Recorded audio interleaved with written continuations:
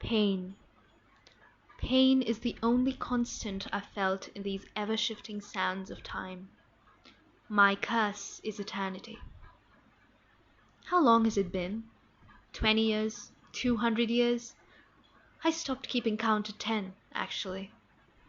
Now I just wait for time to pass me by while I lie here in my lonely, silent island, beautiful and ageless, waiting for the next batch of humans who will be unfortunate enough to make my acquaintance.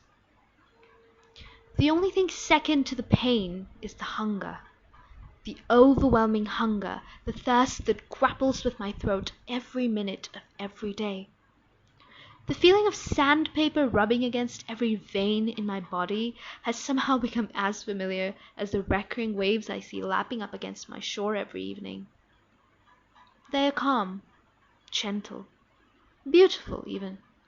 Sometimes I almost forget my misery and stare out into the foamy water, wondering about my life before the curse. But then it comes. The grey sky, the waves slowly turning rough and turbulent, the thunder and the angry, violent sea. That's when I know it's coming.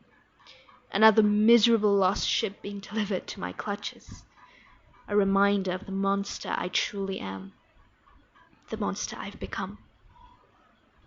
Sometimes the loneliness almost overrides my hunger, and I ponder, maybe, just maybe, if I could keep just one of them alive, maybe if I could just hear the rare sound of someone speaking to me once again, maybe it would change me.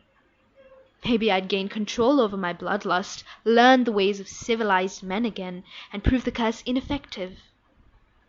But it never happens, no matter how hard I try.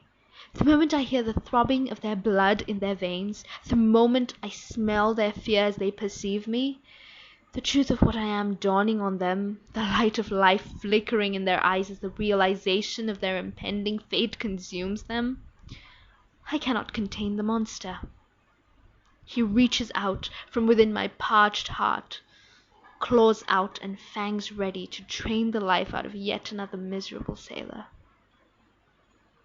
And after it's done, after the remnants of the ship and the signs of any living being in it have been completely erased, and the sea goes back to being her gentle, deceitful self, I once again sit on the rocky shore of my island, staring at my reflection in the mirror, wondering how it never occurs to my banisher that the punishment she inflicted on me is so much greater than my crime.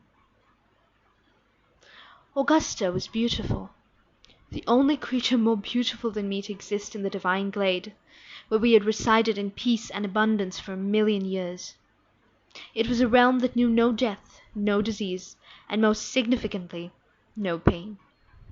Just complete and absolute happiness. And Augusta and I were happy, yes. I cannot remember a time in my life when I was happier than when I was with her.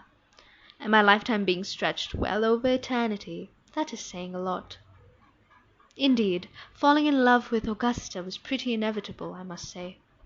She was a dazzling light, and you could not help but be drawn to her like moths to a flame, knowing well she had the power to brighten your horizon or destroy you completely. We could have been together forever.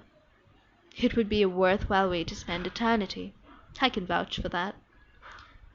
But I had only seen Augusta's beauty and youth, her love and protection. I underestimated her rage, her vengeance, until she unleashed it upon me. I had disobeyed her, broken the foremost rule she had for me, to never sing for another. My beautiful singing voice was the only thing I possessed that she didn't. Perhaps that is why she was determined to always have it for herself. Quite a conceited woman she was. But I never understood the gravity of her demand until I made light of it, casually one day, the fateful day that I decided I wanted to sing, and not just for her ears. She punished me by inflicting upon me a curse that would never allow me to sing again, not without having death follow my notes like a stealthy shadow. Beautiful beyond earthly definition, dangerous beyond earthly description.